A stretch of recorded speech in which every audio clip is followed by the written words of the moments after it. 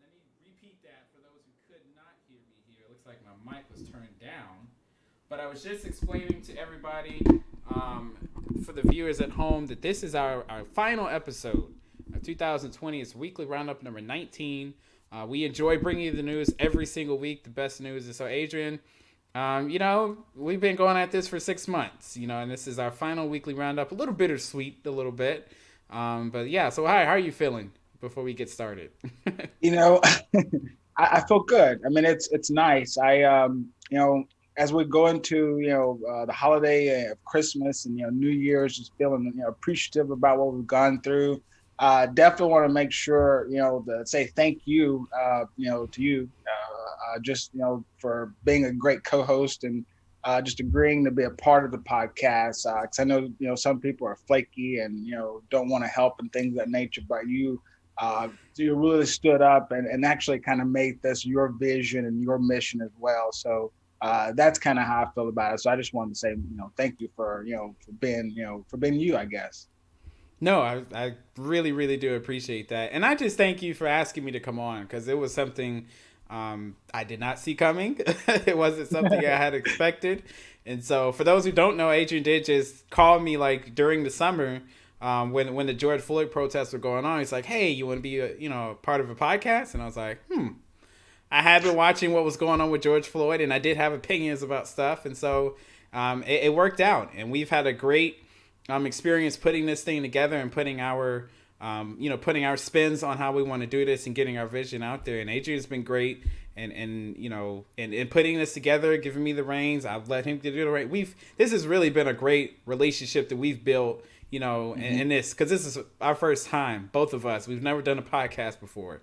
So if you listen to our first episodes and now, they sound totally different because we've gotten better at this as we've gone along. So yeah, we just wanted to make sure we hit that point and also wish everybody a Merry Christmas. Although it has been a tough year, we can be thankful that we are still here. We're still living and breathing, and are able to bring you the news for one last time in 2020. So let's get into it. Let's get started. And so we got to talk about Adrian. We have to. I feel like we talk about this almost every week. We say there's no news, but we're going to talk about the stimulus bill. We're going to talk about the stimulus package that is currently being, I guess you could say, negotiated now. And it's been I think it's about 2 weeks now. We've been waiting to see if something's going to happen. And so just to kind of give you an update on where things stand, Republicans and Senate Democrats are still debating this $900 billion relief bill that would provide additional unemployment insurance at about $300 a week, and it would at first it did not include checks directly to Americans, but now it does include a $600 check, but it has bounced between $600 and $1,200. Most Republicans don't want to do the $1,200 for some reason. Except Republican Senator Josh Hawley seems to be the only one. And then him and Bernie Sanders actually got together and pushing for another round of $1,200 checks. And Hawley actually pushed for this to come to a vote on the floor on a bill he had proposed that would give every American another round of those same $1,200 checks. And that was blocked by Republican Senator Ron Johnson. And he cited, deficit and And I guess, also saying there was some money unspent from the CARES Act. And so right now, they're still arguing, Adrian, over whether to give people $600 or $1,200 or also give them unemployment insurance, because there were some senators who did not want to give both unemployment insurance and stimulus checks. So right now it seems, Adrian, we're kind of waiting and seeing. They said it was going to be Friday. They've extended it now to maybe Sunday. Today is Saturday night. Doesn't look like we're going to get anything today. It's kind of ridiculous that we're still waiting here. December 19th, we've seen, 800,000 people, file unemployment this week, and we still cannot get an agreement on to give, relief to the millions of people out there who don't have insurance, who are hurting, who don't have a job. And I just, AJ, it's really, really ridiculous that here we are a week from Christmas and there's still no relief. Devin, it seems like for some reason our politicians can't associate the pandemic with economic relief.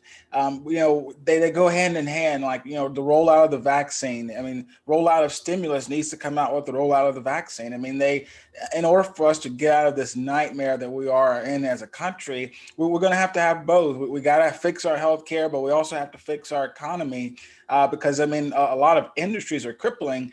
And a lot of families especially are crippling. I mean, there's a lot of people who are hungry, in the risk of being evicted, who lost their jobs, who are racking up credit card bills and different things of that nature, Devin. And it's not looking good.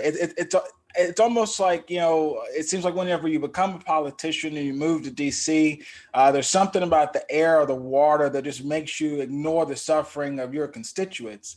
Because unlike all of these people, like Ron Johnson, he's got people in his state that need stimulus. He's got people who've lost jobs, people who've died, people who are in the hospital, people who don't know where their next meal is going to come from.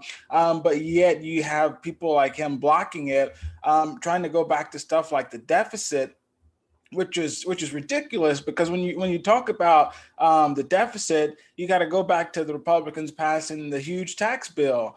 That's, that ballooned our deficit because they gave a lot of corporations breaks. They gave the wealthy breaks, which, Devin, it kind of reflects why we're in this stagnation that we're in with the bill of stimulus in the first place, because the Republicans don't want corporations to be liable for what's going on. They just want to write a blank check and say, corporations, here you go. You take your money, you do what you want to with it, just like they did. They helped corporations out with the tax bill.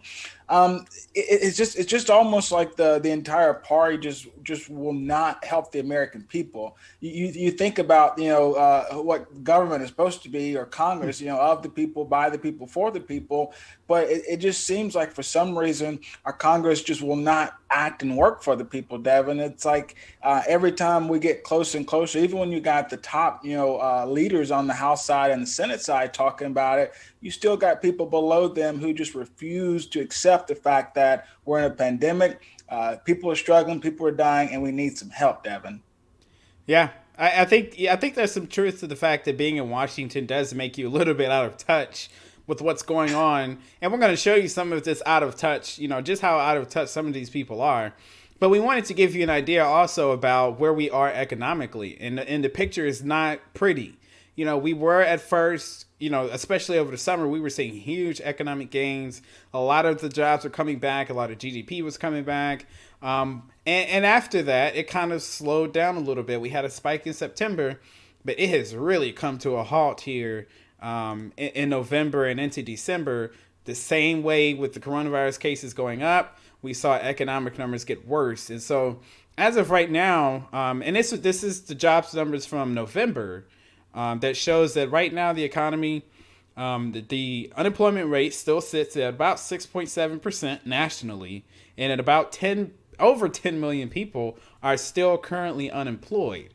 And so, as we reported this over the summer, Black unemployment continues to be the highest at 10.3%, and that's a good 2 points higher than the next group, which is Latinos at 8%, followed by Asians at 6%, and whites at about 5.9%, basically 6%. And so you still see this uneven recovery happening when it comes to Black folks who naturally have for some reason a higher unemployment level, and then when it comes to crises like this, we get hit extra hard. You know, with the last hired, first fired is what a lot of people say, and we're seeing that play out here with this recovery and what they call a K-shaped recovery. Those on the top have actually kind of recovered, and they're doing pretty good. But the people on the bottom, particularly Black folks and Latinos, are really getting hit hard because their jobs have just not come back, particularly in the retail space. Travel, entertainment industries are really suffering right now. And a lot of us work in those areas. And so it's honestly ridiculous that they're arguing over $600 and $1,200 checks. Like, I mean, that is, I guess in their minds, they think it's a lot of money. But to us, that's not a lot of money. That's barely rent for a lot of people in this country. It goes to the mentality that you see that I've seen often when it comes to people Republican, again, you know, from the South, but I would imagine it's probably a large number to where it seems like people feel that, you know, if I'm doing it, you should be able to do it. Exactly. You know, if I'm paying my bills, you should be able to pay your bills. And if something happens to where somebody is dealt a bad hand, well, that's your fault. I'm not responsible for it. That just seems to be like the whole mentality that they're having with holding up, giving the American people, you know, some stimulus. Yeah, it's that, like, you know, mean stepdad attitude or something. It's like, you know, fix it yourself type of thing. But these people are losing their jobs at no fault of their own. I mean, You could kind of say it's really because the federal government and the president decided to ignore it rather than take it seriously.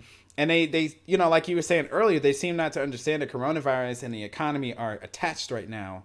As cases go up, states start to enact more restrictions, which means people aren't going to go out and spend their money, which means they have to cut hours or release workers. That's what's happening. Not to mention, if you want people to start doing more social distancing and staying at home, they need, you know, stimulus so that they can pay their bills. I mean, that if you want, you know, better health, you know, standards, you know, give people some money and then they don't have to go to work as much. Exactly. And so it's just some of that hypocrisy that we have seen, particularly when you talk about the tax bill that they passed a couple of years ago, humongous tax cuts that you could honestly argue probably weren't even necessary. The economy was actually doing good and they cut taxes anyway, did not cut spending, and ballooned the deficit, and now they're using the deficit as a reason to block stimulus. And I mean, Adrian, this is a tweet here that we're going to put up, but this is from Republican Representative Jim Jordan. Put out a tweet, I think this was yesterday. I guess, I don't know if he was trying to troll people or what, but he put up this tweet that says, the best stimulus, a job.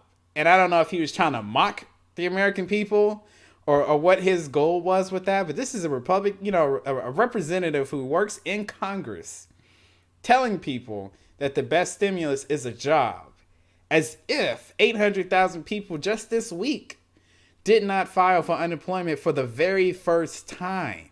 So you're going to look at those people and say, hey, the best stimulus is for you to get a job, even though you just lost your job for the first time this year. Like, that is the out of touchness, the hypocrisy that we are having to deal with the people who are supposed to be negotiating on our behalf. This is what they think of us. Like, it sounds almost reminiscent of the White House. Didn't Ivanka put out that just find something new? Find something new. Yes, I mean, that's exactly what it is. It's insulting, you know, for them to. I mean, you get paid by us. You work for us. What are you talking about? Like, your pay should be docked when you don't do the work of the American people. And I don't know if he was trying to troll people, but like I say, I wrote this: trolling is not governance. You don't govern by trolling the other party and saying the best stimulus is a job. Meanwhile, you know, people continue losing their jobs at no fault of their own. They're not lazy. They lost their job because the president ignored a raging pandemic.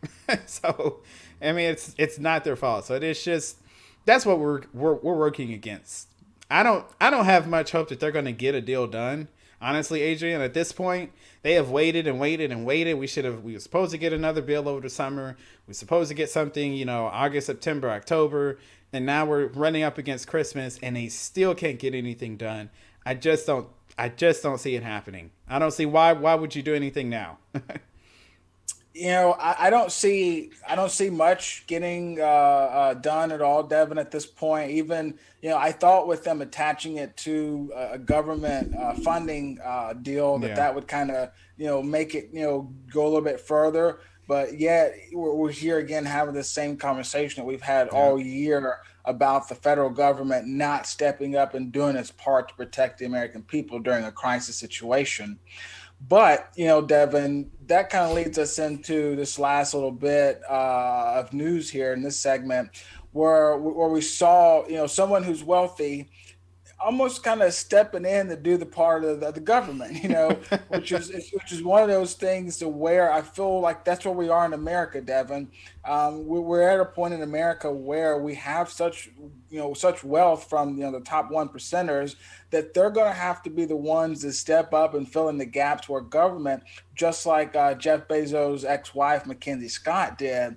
I love the fact that she was inspired by a 19-year-old activist from Chicago, but it's reported from the Grio viewers that Mackenzie Scott, like I said, former wife of Jeff Bezos, should everybody know who that is, but in case you don't, that's the CEO of Amazon. Pretty sure I think he's the richest man on earth, probably still. But she actually got a lot of money out of their divorce. But she's done something nice with that money. She's been donating a lot of it, actually. It looks like about $4.2 billion to hundreds of organizations. And it's really nice in the fact that one of the things that we've been talking about a lot with education, but HBCUs. I mean, she donated more than 1.7 billion with the B to HBCUs. And whenever you think about that, Devin, I mean that's really speaking to what we need here in our country.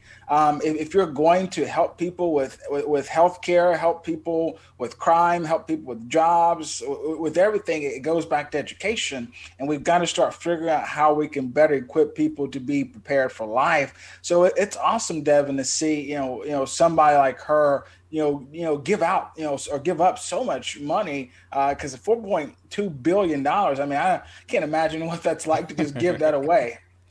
I mean, exactly. And kudos to her for doing so. And like you say, she did give a huge amount of money. She's done this in waves. So she did a giveaway over the summer where she gave almost $2 billion to different organizations, including HBCUs. This time she decided we're going to do $4 billion.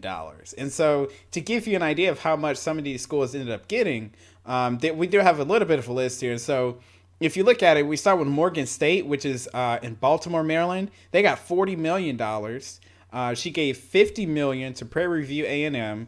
And then she also donated it to Clayton, Virginia State, and Dillard University. And then, of course, she also donated to local chapters of Goodwill, Meals on Wheels, YMCA, United Way, the NAACP, the Global Fund for Women, and ACE, which stands for Access to Capital for Entrepreneurs, which provides affordable loans for underserved small businesses. And then even from our state, home state, Adrian, Alcorn State received $25 million and Tougaloo College received $6 million. You're talking $30 million to schools in Mississippi. And this is massive for these schools. I mean, for most of them, this is probably the largest donation in the history of these schools. And in some cases, it's larger than the endowment that these schools have. So this is a game changer. I'm from, that Mackenzie Scott has provided for these schools. And Adrian, in a way, she's really putting a lot of these other, billionaires and millionaires to shame by going on this spree of giving money away, because we have talked about this before. A lot of people will come out, they'll protest with us, they'll march in the streets. But as far as putting your hard-earned dollars behind some of these movements and giving it to these schools that provide, that really are creating the next black doctor and black lawyer and black scientist, we would like to see more of that. We would like to see more people like Mackenzie Scott giving money to schools, that provide opportunities for African Americans and other institutions, for other people of color. I mean, this is what we want to see. And so, we've talked about Ice Cube a little bit, speaking out about his contract with Black America and trying to do more to mend the wealth gap. and really move the African Americans out of this last rung of the economic ladder. But Adrian, I don't know. Maybe this will get people moving. People are going to be like, hey, why can't you do what Mackenzie Scott did? You don't have to give as much as she did, but why can't you adopt an HBCU? If you're Jay-Z or Beyonce, adopt an HBCU and pump money into them to improve the facilities and stuff. I mean, Devin, I don't think Ice Cube is watching this, but maybe, hopefully, we calling him out so much, maybe he'll hear it through the grapevine, because he needs to. I mean, I get like viewers, like, one of the things I had mentioned to Devin off the show is the fact that, whether it's Ice Cube or the hundreds of rappers he probably knows or people he knows around him, they could pull their money together and his Black Contract for America could be funded. I mean, you don't need the federal government. Yes, it's great to have the support of the government, but when you think about the way government really works here in America, it's special interests and lobbying groups that really get the job done. And he's got the capabilities to establish those special interest lobby groups to actually advocate and get the things done that he's talking about. So we really need people like him and Jay-Z's and Oprah's and Samuel Jackson, like all the people who are making the billions and millions of dollars. Tyler Perry. It's great that you got Medea and you give us something to laugh at, but that's not enough for the community. And I get that a lot of the people who are calling out, they do certain things for the Black community, but what we're saying here is the fact that they could be doing more to really, and they don't have to be McKinsey and give out billions of dollars, but they could really be doing more to make sure that instead of just talking on their shows and on going on interviews, they could actually just be making these things happen. They don't have to wait for federal government. That's the main thing that we were trying to make sure that people know. The thing that we wanted to talk about a little bit before the break, Devin, we saw that the Major League Baseball actually allowing the Negro Leagues to be major leaguers now. It's almost 100 years in the making. It was denied back in the 60s. They said that was an error. But viewers, we're going to have, looks like about over 3,400 players that were in between 1920 to 1948 that are going to be elevated to the MLB status. I think, I can't remember, I think this was from NPR. They did a little bit of an interview of a 96-year-old Bill Greason. He actually threw a 93-mile-an-hour fastball, Devin. I'm not much of a baseball fanatic, but that's impressive. I was like, if you could do that, that's impressive. But, hey, they're going to be rising up to the like I said, to that status. So we wanted to make sure to plug that nugget in there to just kind of honor those who, made a way for everybody else going forward to actually be in the majors. So what we're going to do, Devin, we're going to give our viewers their first little break. And then when we come back, viewers, get ready. We got to talk about COVID. Got to make sure to do that. And I know, Devin, got to bring in Trump a little bit. And then, of course, we got to talk about that cyber attack just to kind of bring that to, layman's terms for everybody. So viewers, we'll be right back.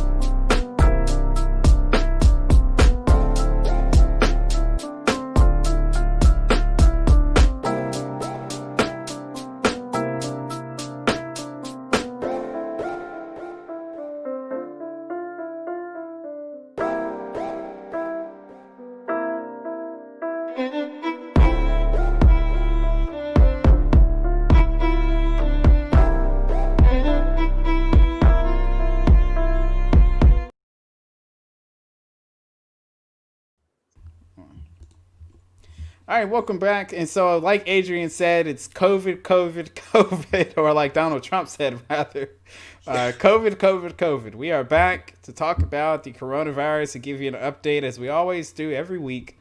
And just to let you know, it's still here with us, and you should still keep your guard up. So, these are the numbers from yesterday. This is according to the COVID Tracking Project.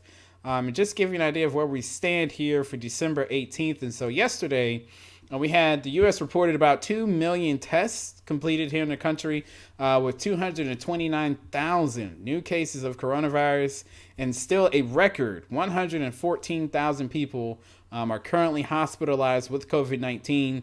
And we also reported 2,751 deaths yesterday, and so we are continuing to be way above 2,000 deaths a day, and we only reached that point I think only once back in the spring. Maybe not once, but not as many as we are right now. This is daily. We're over 2,000 people dying, and so we are still, the national curve is on an upward trend as we head into Christmas, with many medical experts pleading with the public to stay at home and not visit family this year. And so, Adrian, we know that's going to be tough. I mean, nobody wants to sit at home for Christmas. We did it for Thanksgiving, and it's I think people just have fatigue with this whole thing. But still, keep your guard up. At least if you're going to be out in public, wear a mask. Wear a mask. Wash your hands. Sanitize. Do all those things. I know it's mundane. It's repetitive. It's monotonous, but it will keep you and other people safe. And you don't want to end up in the hospital. You may not die from it. I'm telling you, you do not want the medical bills that will come with being in a hospital with COVID-19. And so just a word of caution there. If you're thinking about, I'm tired of this, I want to go out and do my thing, do it safely, just so you avoid problems down the road. But the good news is there is, vaccines on the way. Now I say vaccines, not vaccine, but vaccines. Right, exactly. Because we do have two now. So the first one, of course, was Pfizer. That was approved, I think, last week. And so we're now seeing people actually being vaccinated, either on television. We saw Vice President Mike Pence. We've seen Speaker Pelosi, Leader Mitch McConnell, and even the Surgeon General have all received a vaccine. I think the first person who received the vaccine was in New York. And in the test, I think it might have been actually a black woman who received. I think she was an test. ICU nurse. Yeah, she was an ICU nurse, and so she received the very first vaccine in the country, in New York. And so, President-elect Joe Biden is set to receive his vaccine later this week. And then also, we got news yesterday that the FDA has issued an emergency use authorization for Moderna's vaccine. So now we have two vaccines that are going to be coming out, and those doses are going to be going out all across the country to different hospitals, and they're going to start with the people who are on the front line, so nurses, doctors, and then they'll go to the folks who are most at risk, which is going to be senior citizens. And so, Adrian, as it's almost like it's working against us because we are fatigued with the COVID regulations, and we know a vaccine is coming, but some people aren't quite sure if they want to take it. And so but we should tell you there are some people who look like us from the African American community who did help create this vaccine. So that would make me think this thing is safe. And so, tell us also in the comments if you would take a COVID vaccine. I don't know about you, Adrian, but I think I'm leaning towards taking one for sure, if I ever get the chance, because I know I'm at a low risk of death from COVID. So. Same, but I agree, Devin. As soon as they make it available to the general population, I'm going to take it. Yeah. I'm going to advocate. My family, friends, coworkers, everybody should take it. If you're listening or rather watching this, you should take it. We need to get back to normal, and we're not going to get back to normal fighting science. It's not intellectually beneficial for anybody for us to do this. I was telling somebody, Donald Trump was not in the labs. I get that, he put a lot of pressure on the FDA, the CDC. He drugged Dr. Fauci through the mud a little bit, but he didn't develop this. There was a black a doctor that developed this, Dr. Kizzy Corbett. She was one of the lead scientists that worked on the Moderna vaccine. She was one of the scientists with the National Institutes of Health, Devin, that's one of the things that they need to be messaging out to people to say, hey, this is okay. I mean, some, people that look like you and me created this. I mean, it's Mm-hmm. not something that they're trying to, throw a hoax or a coup on you. It's not, people like Tucker Carlson's not doing us any justice Oh whenever he boy. says it's a form of social control. I get that a lot of his viewers are more conservative Republicans, but when you get people on either side of the aisle who have doubt on something that could save lives, it creates a slow, I guess us not really getting to normal when we need to be. So we got to have this better messaging. I mean, it's good to see that we've got this. I think that most experts have already come out to say either vaccine you get, don't worry about. They're both going to be really good for you. The main difference is really the ultra cold storage. Mm-hmm. Pfizer's vaccine really needs that. Moderna's vaccine doesn't. Most health officials have said that you'll probably see Pfizer's vaccine in places like where you and I live, Devin, like Los Angeles and Dallas, bigger facilities that have the storage, versus the Moderna vaccines, probably in like the smaller places like Eupora, they'd be able to have those vaccines. So we just wanted to kind of, make sure to talk about that, because there's a lot of people who have died and lost their lives because of this pandemic. A lot of people who are sick and at risk of losing their lives. And if there's something on the way that gives us, 90 to 95%, efficacy rates, I think that we need to trust it, Devin. Exactly. And we talked about this last week with the Pfizer vaccine. There were only like 2 reported like side effects, which is maybe like headaches and maybe fatigue, and that was only in a couple people. So, And that's usually with normal vaccines that you get. You get those exactly. minor symptoms as well. Exactly. And you might get some soreness around the injection area. But other than that, it seems like these things are safe. And look, we're not telling you to go out, and force your way to get a vaccine. We're just telling you, understand that one, we're kind of lucky to even have access to a vaccine so early. And then also, we're not guinea pigs. There are going to be other people who are going to get this vaccine first before us. And so we're going to be able to see how this works and how it gets into the community. But understand, I don't think they're going to go about forcing the Black community to go take the vaccine first. This thing is going to make its way out there slowly, and we would have the ability to go out and get one first, but they're not going to be coming to your door saying you need to take it right now. And so, listen, I mean, like you say, Dr. Kizmikia Corbett, she helped make the vaccine. I mean, she's an African-American woman at the National Institute of Health. And so I think we can kind of trust that her and the other doctors, made a vaccine that was safe, for the rest of us. And so we just wanted to cover that. If you're not sure about the vaccine, if you're not sure about taking it, let us know in the comments. We really want to hear from the people watching whether you feel comfortable taking the vaccine, and then tell us why. What's holding you back from trusting it? Is it the messaging? Is it Trump? Is it the history of the government, doing Black people wrong when it comes to health issues? If it's things like that, let us know, and we could talk about it here on the show, and we'll respond to what you say. And so just wanted to make sure we pointed that out. And so to kind of switch gears to the cyber world, I guess, is that we did get some big cyber news. And so these things are kind of connected, because we have seen an uptick in hackers trying to steal information and research related to these coronavirus vaccines. But this is something separate. And so the U.S. government actually announced earlier this week that Russian hackers had actually infiltrated numerous U.S. government systems, and it maybe even had impacted Microsoft. And so right now, we've really entered into a different world when it comes to cyber warfare. There is no national, treaty or rules of engagement in the cyber world. It is open. And so what we have seen here is that the Department of Homeland Security and a private company called SolarWinds announced that they were dealing with a widespread cyber attack that they believe was the work of the Russian government. And so just to give you an idea of just how widespread this hack really was, and how far they had infiltrated into these systems, they infiltrated the Department of Treasury, Homeland Security, the Department of State, the Agriculture Department, the National Institutes of Health, and the Commerce Department's Telecommunications Policy Agency, and even the Department of Energy found evidence that hackers had breached their networks at the Federal Energy Regulatory Commission.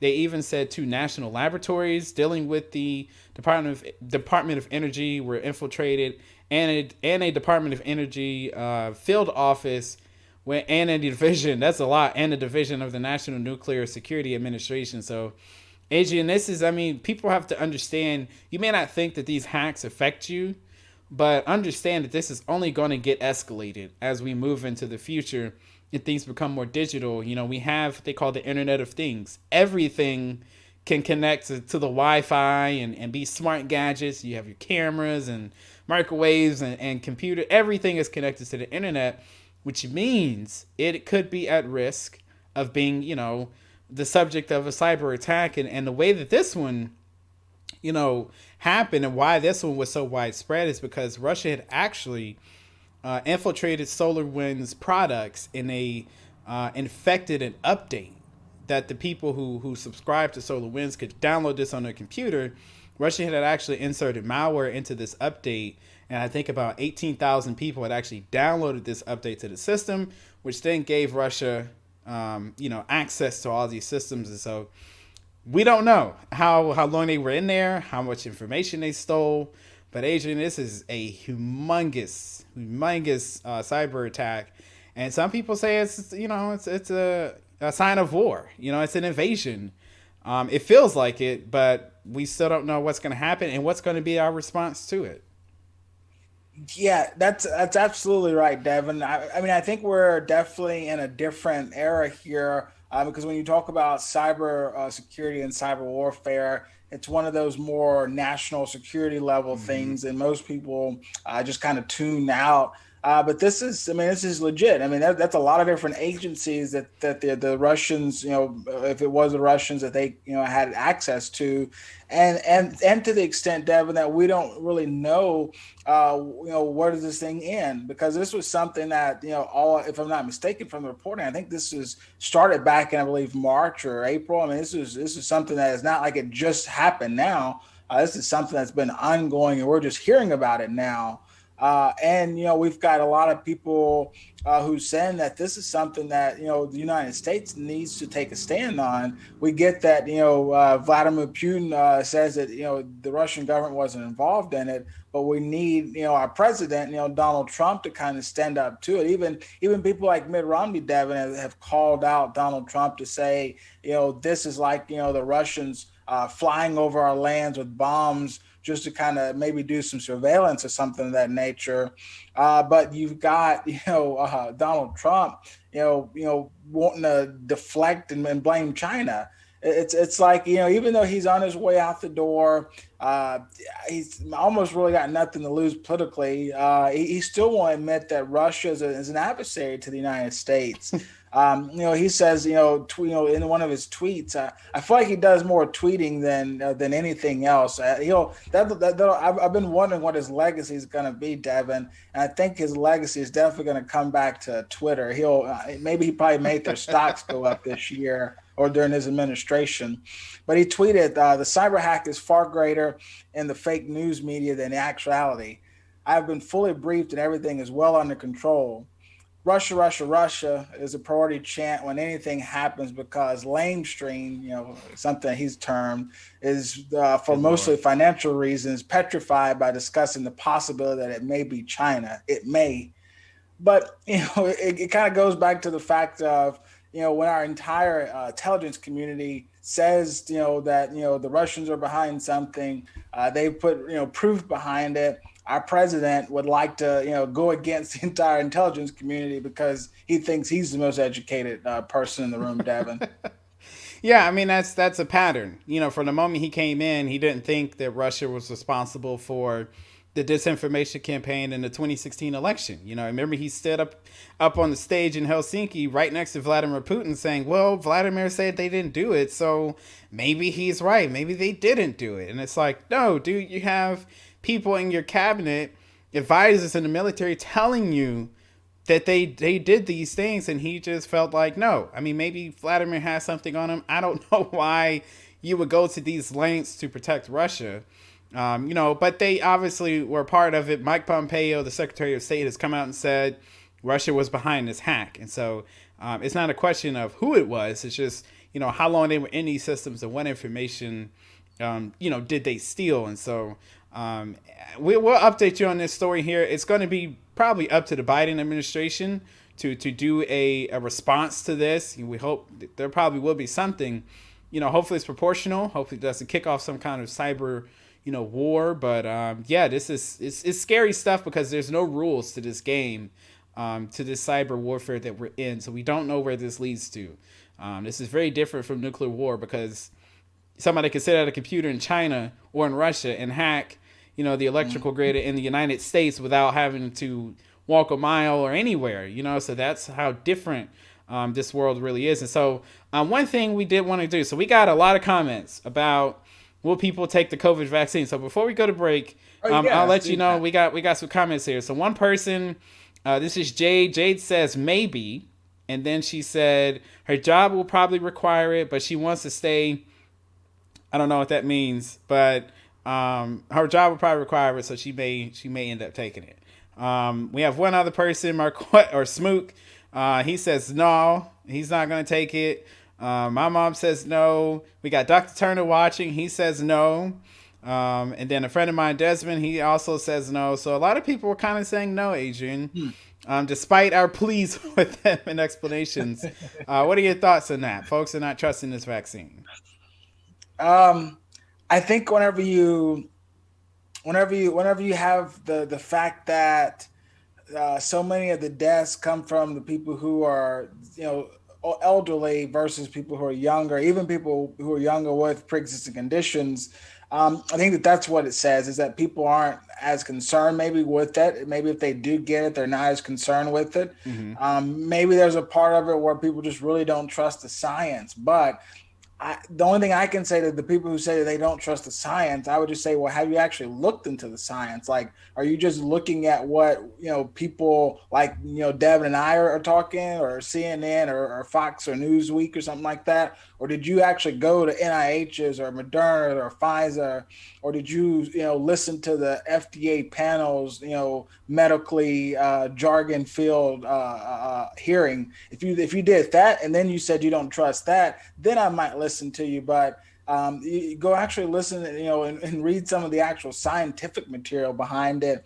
Even our motivational speaker, Maurice Evans, he actually gave us some science behind, the vaccines and mask wearing and things like that. So that's the only thing I would say to people who maybe don't trust it. Stop listening to the news, I guess, and then just go actually read some science.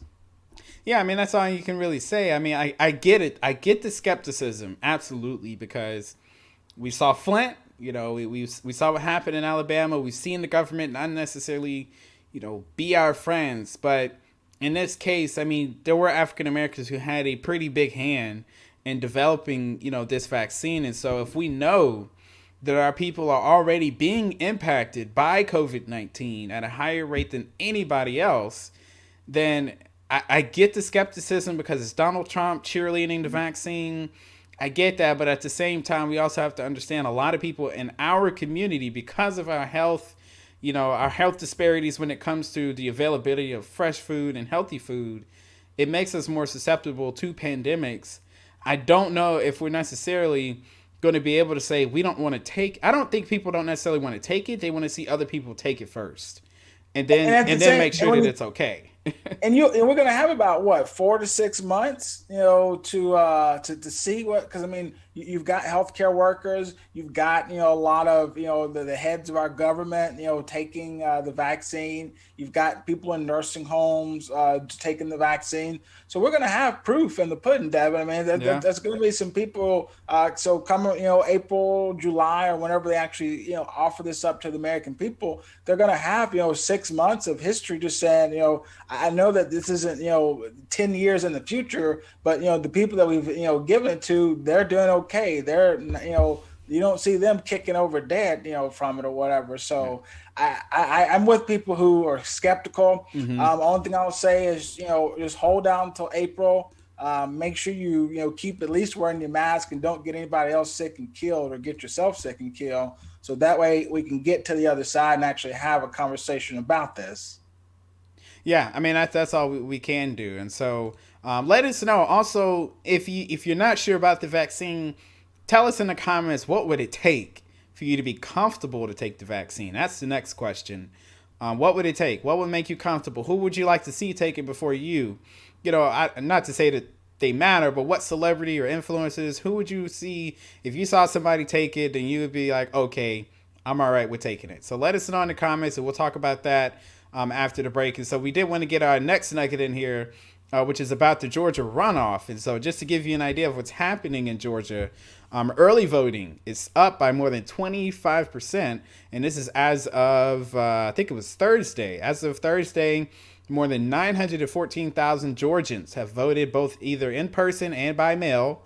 And both Trump and Biden have campaigned in the state, with Biden giving somewhat of a presidential address, campaign ads saying that Warnock and Ossoff need to be voted in order to get his agenda through Congress. And that is absolutely true, because we know Grim Reaper Mitch McConnell is waiting right there at the gate to kill some more bills that come into the Senate. And so Ossoff and Warnock need to get in there for that to not happen for at least the next 2-4 years. And so either way, over these next couple weeks, the January 5th runoff is coming. And so we're going to see a lot more coming out of Georgia, a lot more people going to Georgia to campaign. So just keep an eye on that with what's going on. And so you should care, because if you supported Joe Biden, his agenda is not going to happen if Ossoff and Warnock don't get into the Senate. And so we just wanted to let you know. So when we come back after the break, we're going to have another good discussion about the Electoral College and somebody who is calling for us to abolish that.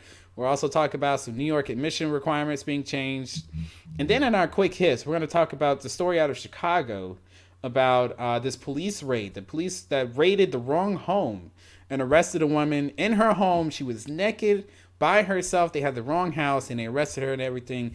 Really humiliated this woman. So we're going to talk about that in our quick hits. So stay with us and keep watching, and we're going to be right back.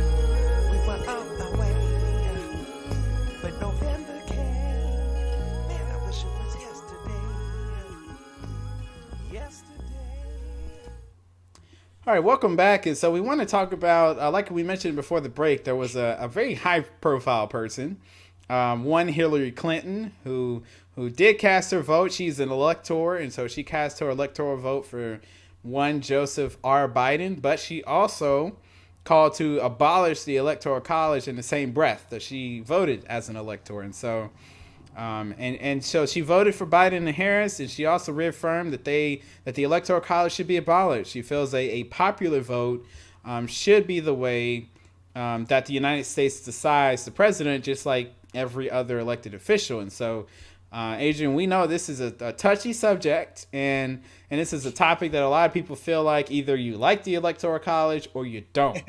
And there doesn't really seem to be an in between. Some people say the electoral college helps to balance out the power between big states and smaller states. Some people feel like a popular vote would favor bigger states because they would only go there to campaign. And so in the last two presidential races, with George W. Bush in 2000, he lost the popular vote but won the electoral college. And then one, of course, Donald Trump in 2016 lost the popular vote but won the electoral college. And so it's kind of, the electoral college really in a way has rendered a lot of states irrelevant, especially if your state tends to vote one way all the time, whether that's California, Mississippi, Alabama, Texas, New York. They're not going to really campaign in those states because we know they tend to vote a certain way. And so we've talked about this before. I think there was actually a push, I think in the 60s and 70s maybe, to actually get rid of the electoral college. It did not quite get there, but that was the closest we've ever come. And so I don't know, Adrian, a lot of people have opinions on this. So like I say, it's either you're for it or against it. I'm of the mind we can kind of be somewhere in the middle where it's proportional in how we give out the electoral college votes for states instead of a winner take all. Say if Joe Biden wins the state of, California by 60-40, instead of getting all of California's electoral votes, maybe Joe Biden gets a percentage of those and the other person gets a percentage. And so maybe that way it's still worthwhile to campaign in certain states. But I mean, I don't see it changing anytime soon. But I don't know, Adrian, what is your take on that? I mean that that makes sense because that's how the primary operates. Whenever there's a primary, so many. Yeah, that's true. I mean, that's how that all broke down.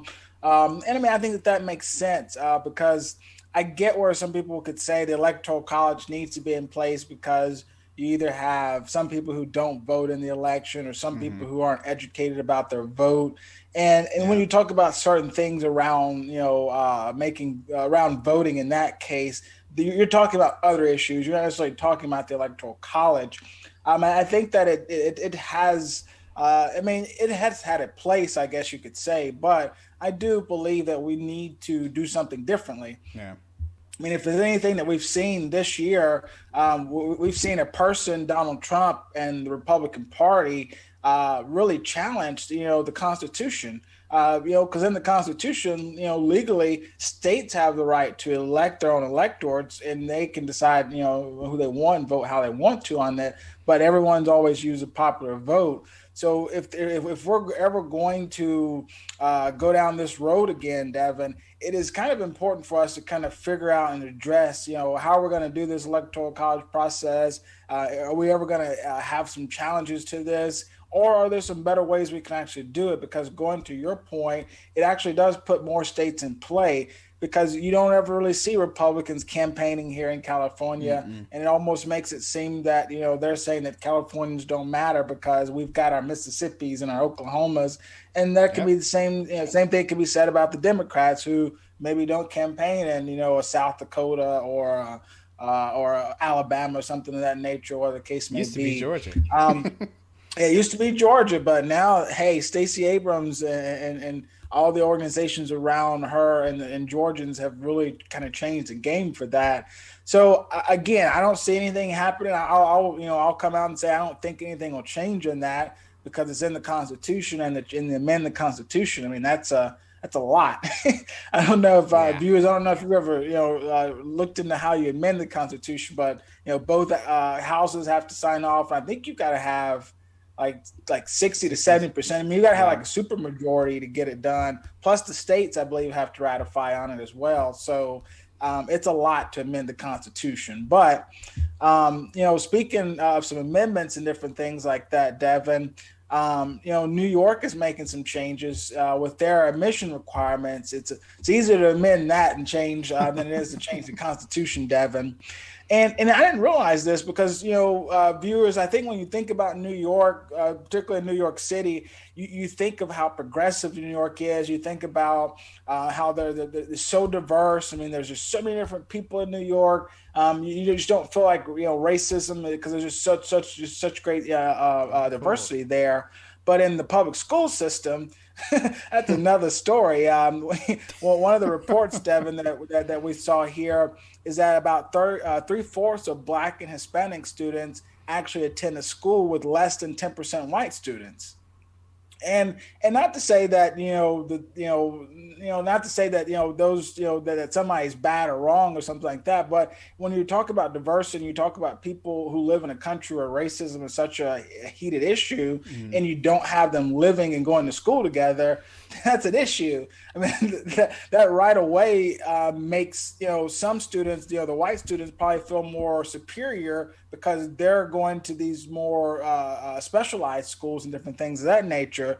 So I am happy to see that the mayor Bill De Blasio made this announcement this week that they're going to be getting rid of a lot of the admission requirements tests, because a lot of critics say low-income students, Devin, they don't have the resources to do the tutoring and different things to actually pass those tests. That kind of goes back to the ACT, SAT, college admission, tests and different things like that. A lot of low-income families who really need to be in those schools, they can't get there because they can't pass the tests. It's great that they're going to be changing the game in middle schools, but they're not changing the game as much in their high schools or in their specialized high schools, Devin. So Mm-hmm. seems like there's still going to be a little struggle to kind of rectify this wrong. Yeah, I don't know. Going to a random lottery system is the answer. They're only making these middle schools eliminate the admission screens for at least a year. So I don't know how much, how it's going to work. But high schools will still be allowed to do these types of screenings, but they must publicly post their rubrics, for transparency's sake. But yes, I mean, a lot of people would think that in a place like New York, you would not see this type of segregation. But yes, I mean, it's kind of a myth, honestly, that the North was not as racist as the South. I mean, it was just as racist, and in some places more racist, because the segregation was so obvious, whether it was neighborhoods, schooling, and where you work. I mean, this is something I had when I was in college. I did an internship at the research center in Mississippi State, and there was I think she was a professor there or a researcher there, and she was from Buffalo, and she made an interesting statement about how in Buffalo, the neighborhoods was so segregated. Everybody had their one place to go.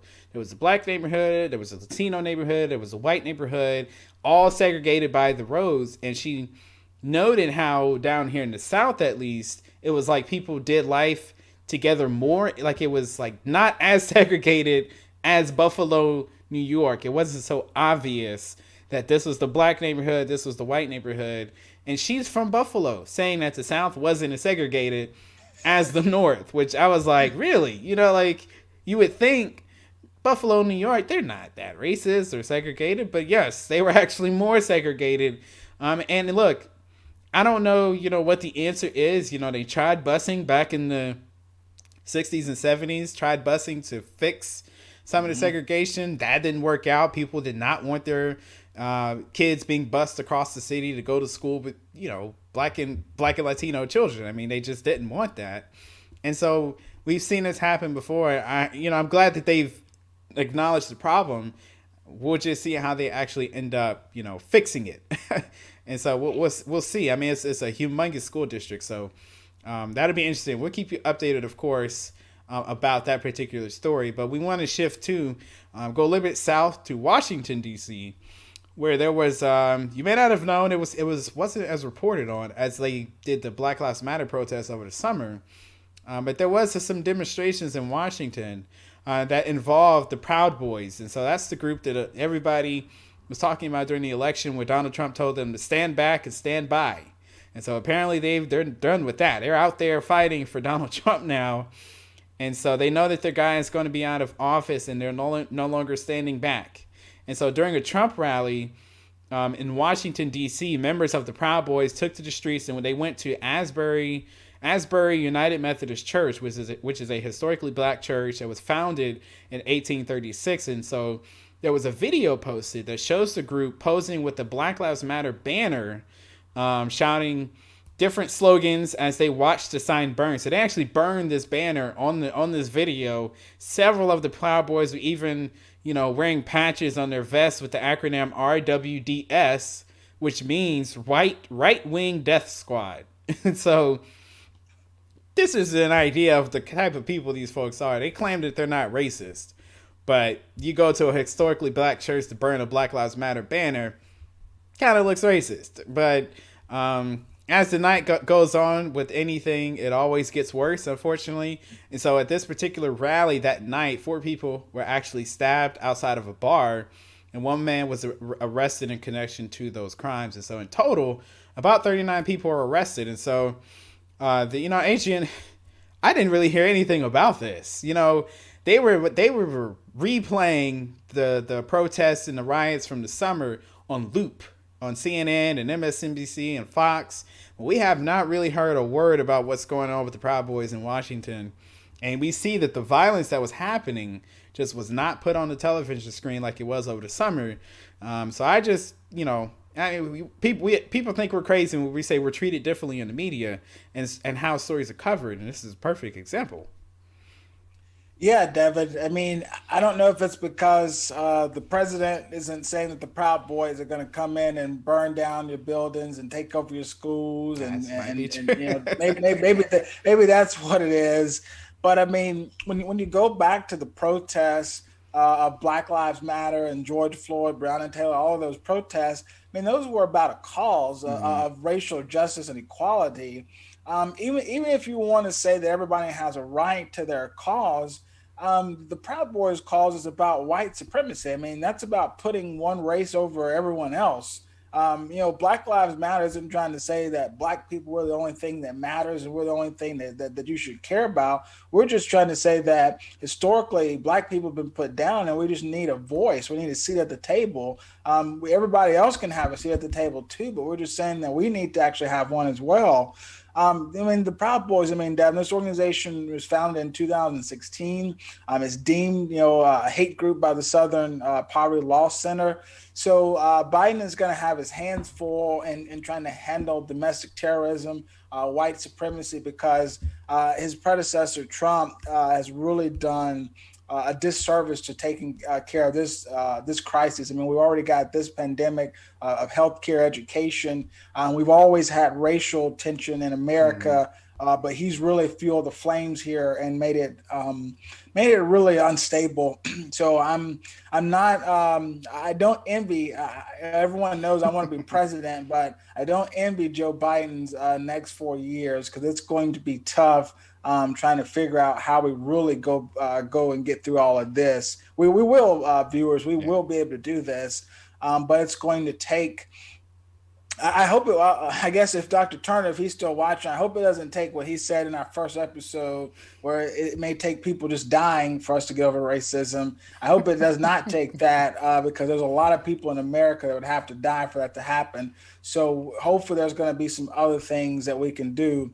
I mean, it's like, the little nugget before the break, viewers, Jupiter and Saturn, they're coming close together. So maybe we can figure out how to, be like them and get close together. Little nugget, viewers, for those who like astronomy actually do. The next couple of days, Jupiter and Saturn, they're going to be getting closer and closer. It's actually deemed a great conjunction because it's two celestial bodies, 2 planets getting together. It's going to be, I think, at its best on December the 21st. So that's in 2 more days on Monday. All you need to do is just go outside. If you live in a big city like me, try to go far away so you're not around all the lights and the trees and stuff like that. If you got some binoculars or a telescope, that's going to make your job a lot easier and it's going to make your night a lot better. But yeah, I just wanted to, I guess we just wanted to make sure to throw that out because that's going to be a big deal because that's happened back in 1226 and 1623. So that's about what Wow. 400 or so years ago, Mm-hmm. and it probably won't happen again for another 400 years. So I don't think anybody who's watching the show will be able to see it again. So if you don't have anything to do on Monday, you might want to go outside. And with that being said, we're going to give you our next break, and when we come back, we're going to go into our quick hits.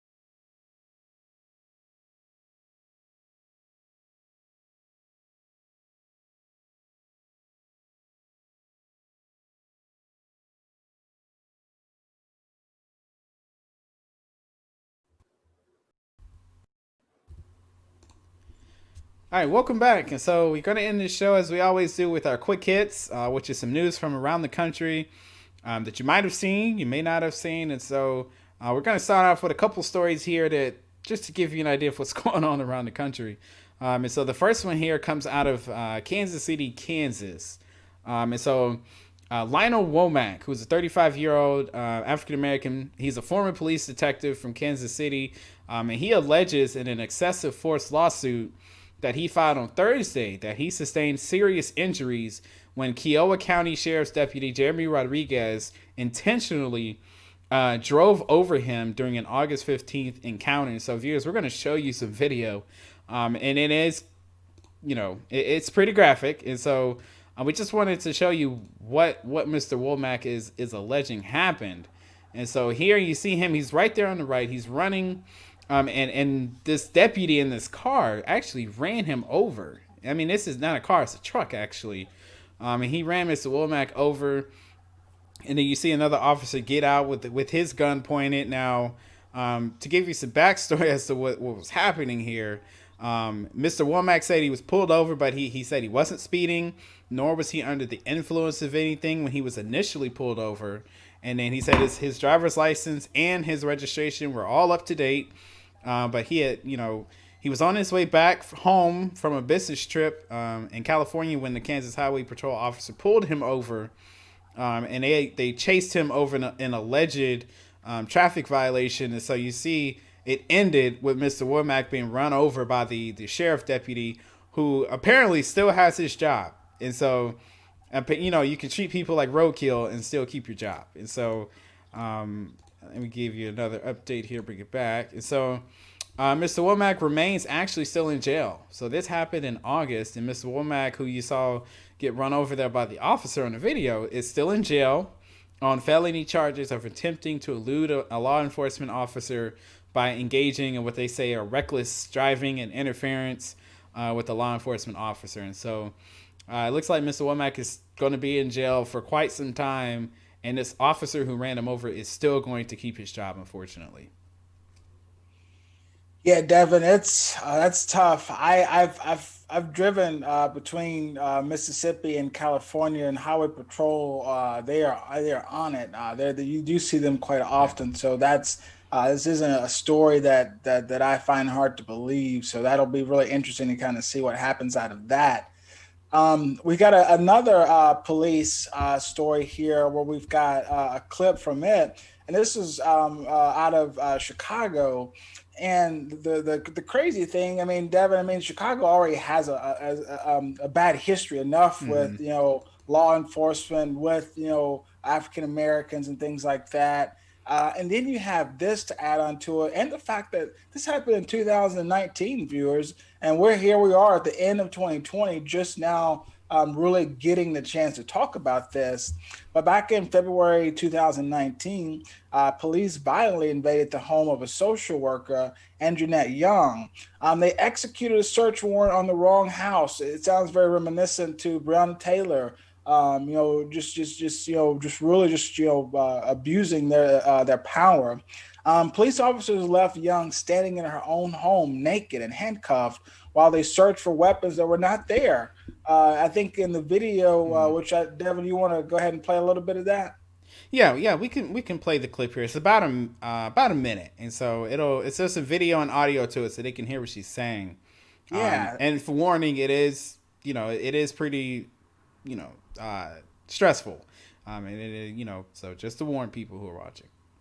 Search warrant! Always to the left, go, go, go! I got the left, move it, move it, move it. What's going on?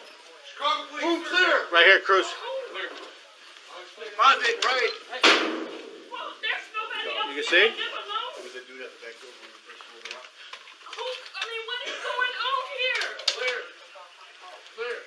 You got the wrong house. I live alone. Good.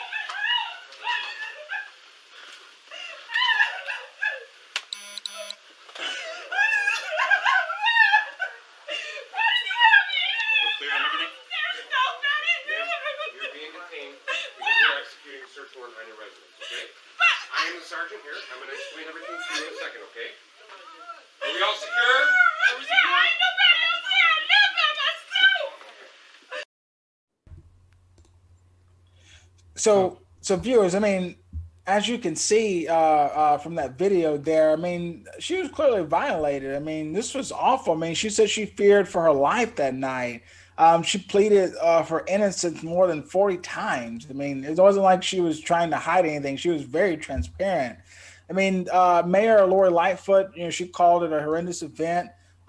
She's kind of being pressured about it because some people think that, she maybe helped to cover it up because I think this was about 2 or 3 months after she had come into office. It was very recent in that.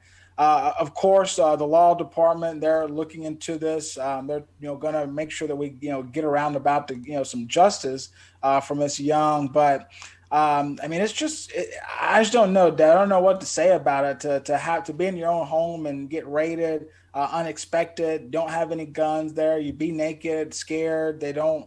They don't really treat you with dignity. It's like, I think somebody was talking about, the important thing of law enforcement is just human life and dignity. But as you saw, viewers, they really had no dignity for Miss Young that night. So we just definitely wanted to make sure to kind of let you know about that because that was something that, again, I mean, this is 2020 and this happened the beginning of last year. We're just now really getting some news on it. Yeah, and just to let people know how terrible this was, like, yes, Lori Lightfoot, the mayor of Chicago, was not in office when this happened, but afterwards, Lori Lightfoot at first said she didn't know about this, and then she just recently admitted to knowing about it, that she had received emails from her staff about it last November, and nothing happened. And then you had her law department going and taking the CBS station to court to block the video that we just showed you. They were trying to block that video from being put out in public. And so it just screams the same old things that we've always seen when it comes to the justice system, and not caring about how they treat people, treat black people in particular, when your rights are totally violated. The person they were looking for was in the apartment next door. The man had an ankle monitor on. Like, they were totally in the wrong house, and they've cheated this woman awfully and just basically ignored it. Nobody came to fix her door after they destroyed it. And so, yeah, Lori Lightfoot needs to fix this immediately. She needs justice and needs to be compensated for the humiliation of being arrested naked in your own home. And she's sitting there telling them she's there by herself. So, just an awful story there. And so, to switch gears here, move to our next quick hit, which is going to be about the Biden transition, which is still ongoing, and he's still naming some big picks this week. And so he promised before the election that his cabinet would be one of the most diverse ever in American history, and he is keeping good on that promise. And so this week, Biden announced he's going to nominate Representative Deb Haaland out of New Mexico to be his Interior Secretary. And Haaland, if she is confirmed, would be the very first Native American to serve as a cabinet secretary in history.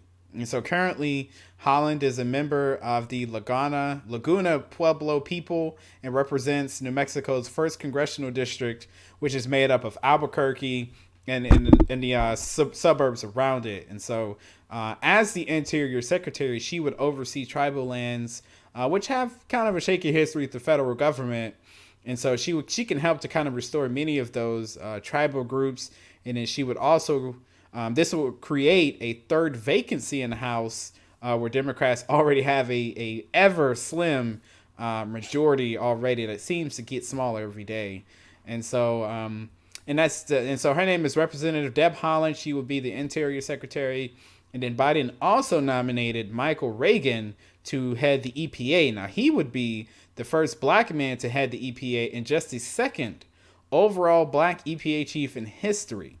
Right now, he is currently the head of the North Carolina Department of Environmental Quality, and he worked for the EPA during the Clinton and the Bush administrations.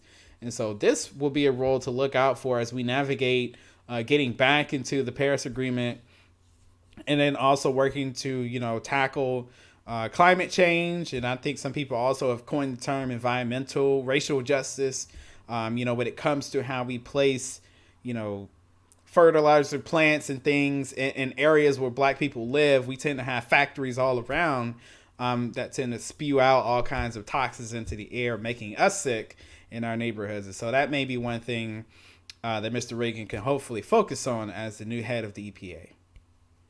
Yeah, I mean, I like the fact that President-elect Biden is adding a lot of diversity to his cabinet.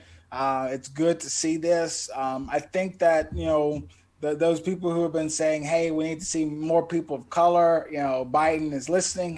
People who have been saying that he's trying.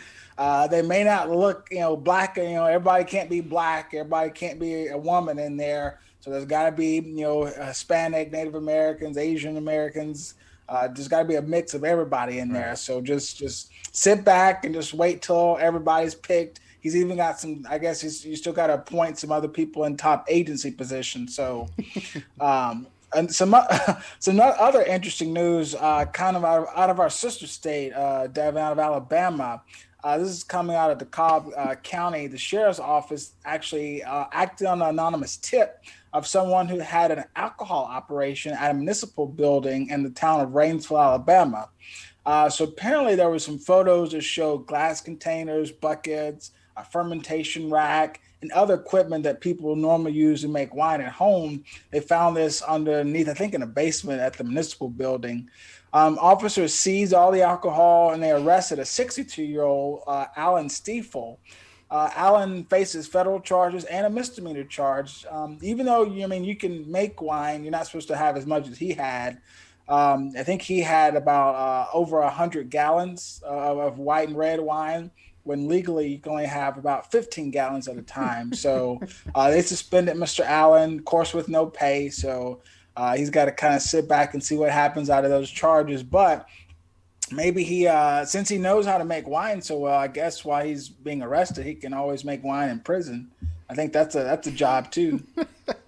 Peddle some red and white wine throughout the prison.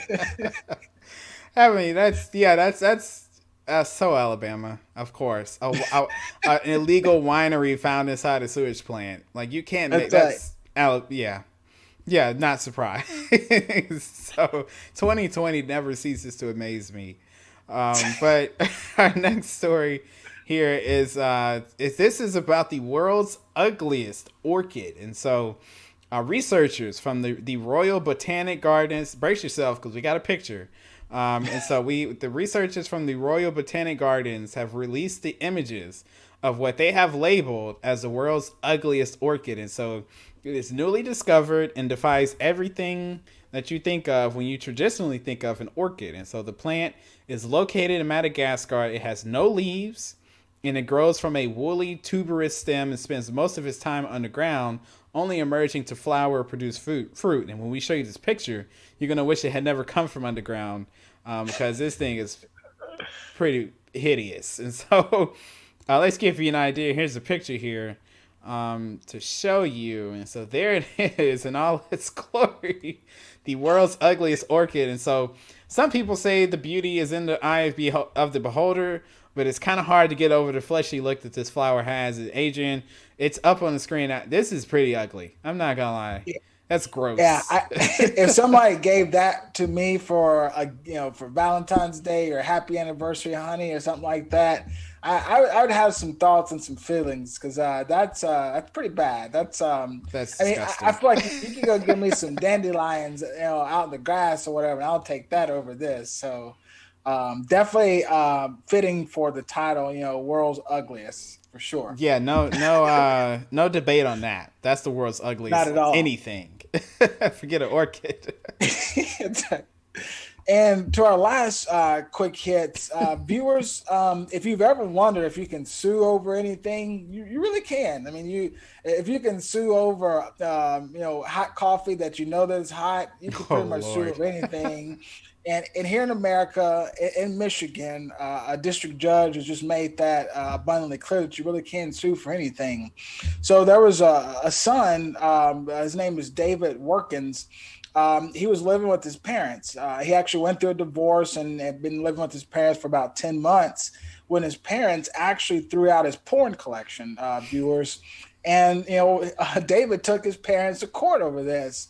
And then the judge actually, Judge Paul Maloney, ruled in favor of David, saying that, even though the parents thought that as David's landlords, they had a right to do what they wanted to because he was on their property, the judge stated that no landlord has a right to just throw out something because they don't want it there. I mean, that's not your right. And I think the reason why Devin took them to court over this, viewers, is the fact that the estimated worth of his films and magazines was about $29,000. Again, that was $29,000 worth of porn that this guy had.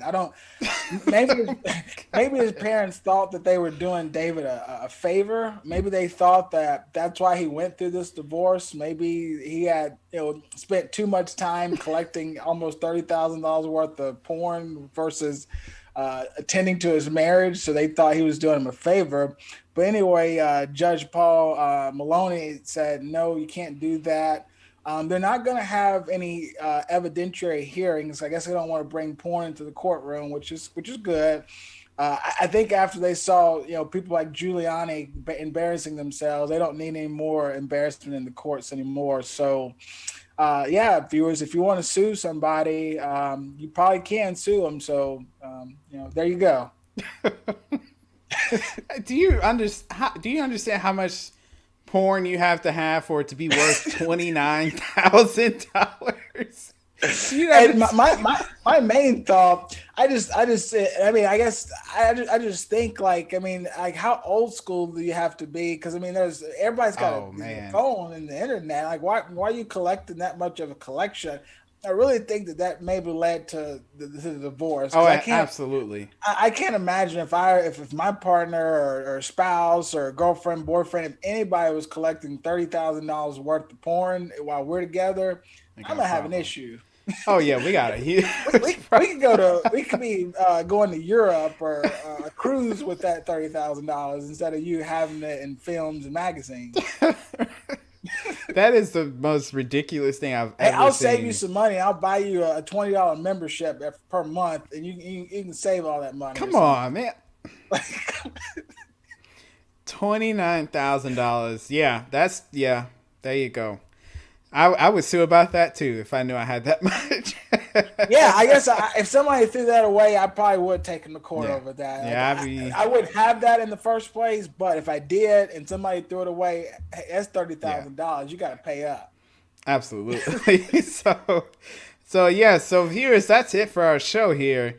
So if anybody throws away your porn stash, you might be able to take them to court depending on how much it's worth. So that's our last quick hit for the show. That's our last quick hit for 2020 for the Black Agenda podcast. And of course, before we go, we want to thank everybody. We thank everybody after every show, but we really want to say just thank you to everybody who's watching still, who's been with us from day one when we started our podcast on Juneteenth of this year.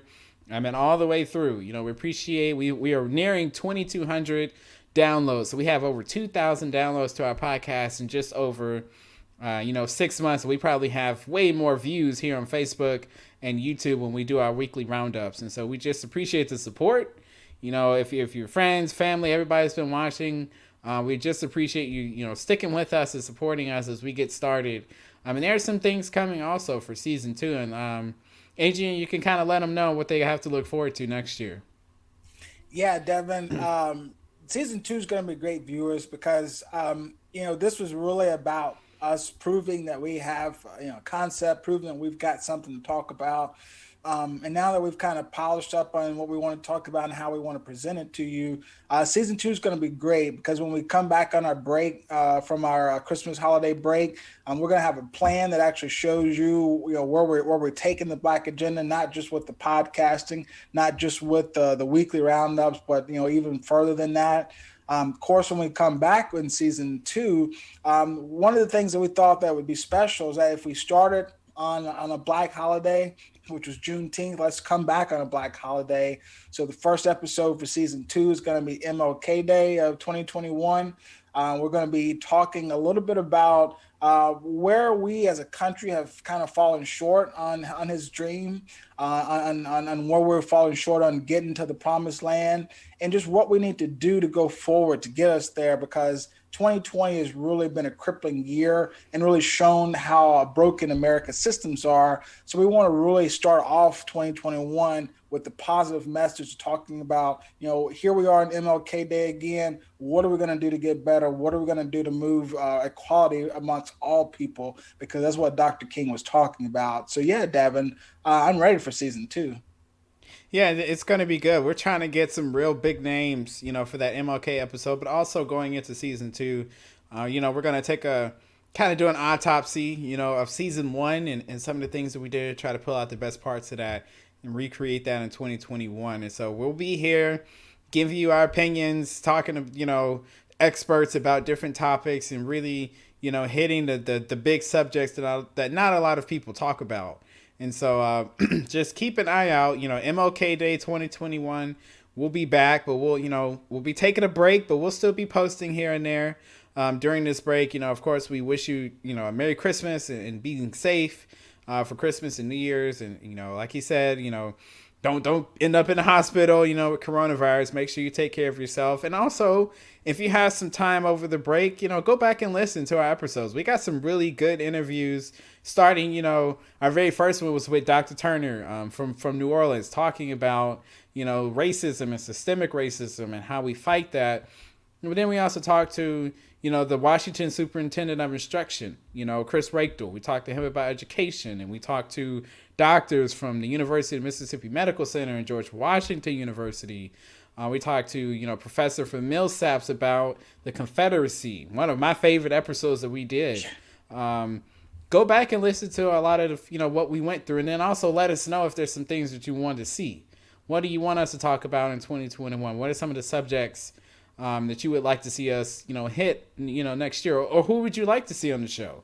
If you have an idea for a guest, let them know. Invite them on, and we can set something up. So we're open to any and all suggestions, and of course, we are open to donations. So this venture here is not free, as much as we wish it was, but we also, of course, are open to donations. Particularly as we get into next year, it'll allow us to do a lot more of what we're doing here, doing the things that you already love since you're still watching. And so help us out, donate there. Patreon.podbean.com/black agenda pod. You can find us there. Go there. Give us, $5-10. Doesn't hurt. I know. Help us out. Every little bit's gonna get us there, because I mean, you never know. Season 2, you may see somebody like Brock or Bill on the show with us. Never or know. like that. You never know. So we'll get there, and we'll only get there with you viewers. We got to have fans. We got to have people who support, love us. We got to have people who like, follow, and share us to their family, friends, co-workers, even people you don't know, because Facebook is public, so you can share it to as many people as you want to. You can. I think Devin, I'm in like 20 groups or so that I share our stuff to. So if you're in groups, share them to your groups. Do it once a week so they don't kick you out of the group, though, so that way they don't get bugged out because you're sharing our stuff. But all that to say, the reason I had the idea to start this, the reason why Devin had the idea to come aboard was for the community. We're not doing – yes, I want to be president. Yes, Devin, I'm not sure. I don't think he wants to be president, but maybe VP or something. I don't know. We want to do great things ourselves, but we didn't start this for us. We started this so that we can talk to our community, so that we can talk to leaders about how to get stuff done for our communities. So that's why every show ending we talk about liking, following, sharing, and donating, because we're doing this for you. We're doing this so that we can get to a level to have an organization, to have influence, to lobby leaders, speak with experts, to figure out how we can better our community. So that's what we're going to be talking about in season 2. That's what we're going to be working towards establishing, making that an actual organization, an actual reality for both Devin and myself. So that way when you see us, we'll be more official. You may even see us in a studio some point in 2021. Yeah. So never know. That's right. So Devin, those are my last thoughts. I'll let you have your last thoughts and we'll wrap this up. No, that's pretty much it. Like you say, we do this for the community. We want to talk about issues that matter to us in a way that anybody can understand. We try to be, partial in what we're talking about and objective, and making sure that we're just giving you the facts. We're not telling you how to think, what to think, or why you should think certain ways. We're just here to kind of give you that information. Except on the vaccine. Yeah. We are going to except on the vaccine. I am going to tell you how to think on that one. At least I'm going to try to. Yeah, within reason. Like, look, we'll give you the facts, but when it comes to things like public health crises, we're going to probably push you a certain way. Not for you to go out and get sick, but we want you to take the vaccine because we figure it's safe. People are taking it. You don't have to go out there and be a guinea pig. But yeah, so those are my last thoughts. We appreciate the support. We appreciate you watching.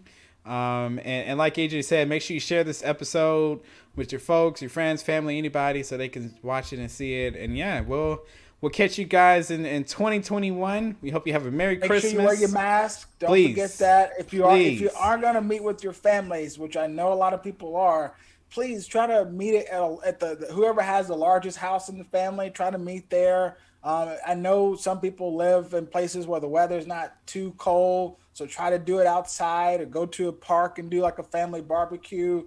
If you are going to be, the people who get together, do it reasonably. Maybe order everybody a face shield. Maybe we'll make everybody have gloves on at the family reunion or whatever you're going to do. That way you can, get through your quarantine fatigue, have your holidays with your family, but you can make sure everybody can live on the other side.